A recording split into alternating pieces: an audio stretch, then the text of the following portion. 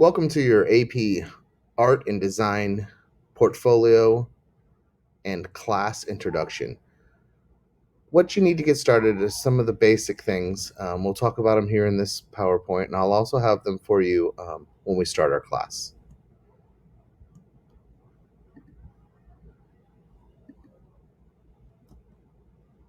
All right. This is going to be an advanced placement course. It is a college level expectations. You're creating a art portfolio to submit to College Board for credit. There are no tests in this course. There is just a portfolio submission at the end of the year.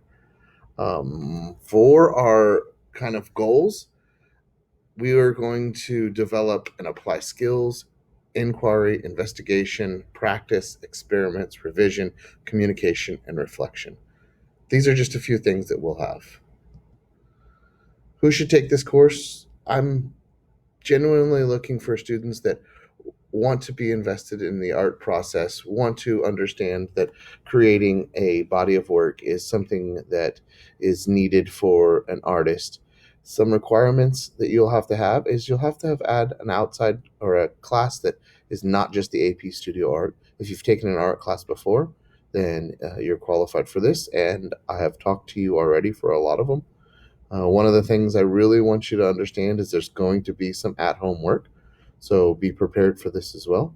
And this course really isn't for students that are kind of interested in art. We have other art classes for that. This is a course that really is looking for us to move on to a collegiate level work.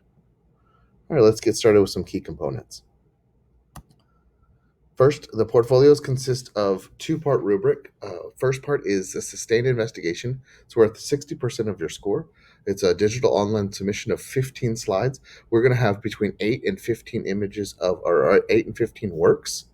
So really be prepared to focus in on making some work. Selected image is 40% of your score, and that's going to be the best of the best of the best work that you have. So this will be selected here, and we will be mailing that in, except for the 3D people. Sustained investigation, like I just said, it will be a concentration of work that is very similar and exploring the same options. You'll explore and kind of investigate what your body of work can and will be. Selected works, like I said, they're the best of the best, and we'll be turning in that work for you. The three types of portfolios, what we have here is we have 2D art and design, 3D art and design, and drawing. All of these are focused on the elements and principles of design, and especially in drawing, we're looking at mark making, line, surface, space, light, shade, and composition. 2D design portfolio examples, I'll be giving those here for you, which are these examples, but not limited to these examples. There's graphic design, there's digital imagery, there's photography, collage, fabric design, there's weaving, there's fashion design, there's illustration, painting, printmaking, and many, many more. So let us definitely have the conversation and we can continue to talk about this. Here are some of the works. We're looking at surfaces, we're looking at the understanding of what's going to be around. There we go. We'll look at some more of these.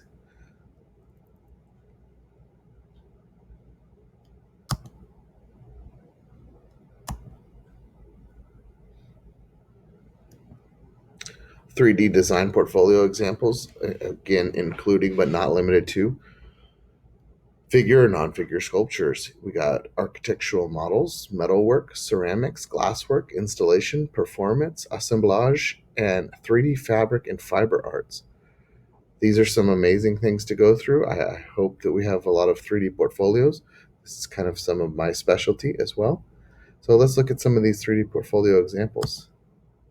Here's some fashion design. Here's some ceramics. Installation art is just here.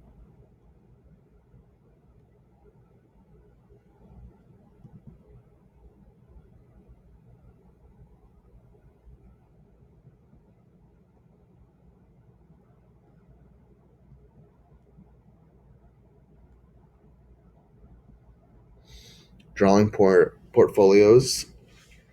They can include, but not limited to, drawing, analog or digital, painting, printmaking, and mixed media. This opens the door wide open for you on a drawing portfolio. So let's take a look at some examples.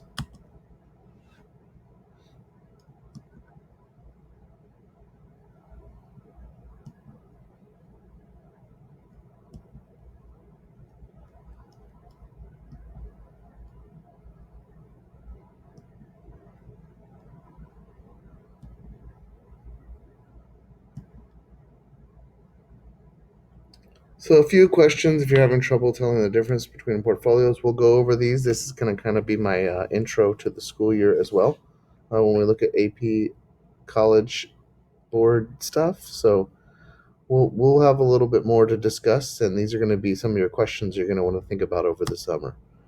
The differences overlap. We want to definitely understand that all of these things can kind of be a part of each other. So, what we're going to do is we're going to try to overlap the ideas and the mediums and understand what we're going to be doing. Okay? Here's going to be helping you understand what was going on, and then we really want to keep this authentic to you. It's going to be something that College Board really, really looks at. I just wanted to throw this in here just to make sure that we understand these things that are going to be in front of us. All right. This was going to be our let's get started. So we'll pick themes and we'll kind of move on from there. We're going to look at who, what, where, when, whys. We're going to understand why we're doing what we're doing, and we're going to move into that. All right. Okay. Here are a few of our websites that we'll be using. These are all the AP College Central boards, and we can go from there. All right, now we'll start to choose. I hope we'll have a great summer. For the summer work this year, what I'm going to want you to do is start thinking about a sustained investigation, something that you want to really get into and understand the ins and outs of, and you want to have a long-term body of work project for that. So you'll have a great summer, and I will talk to you real soon. All right, thank y'all.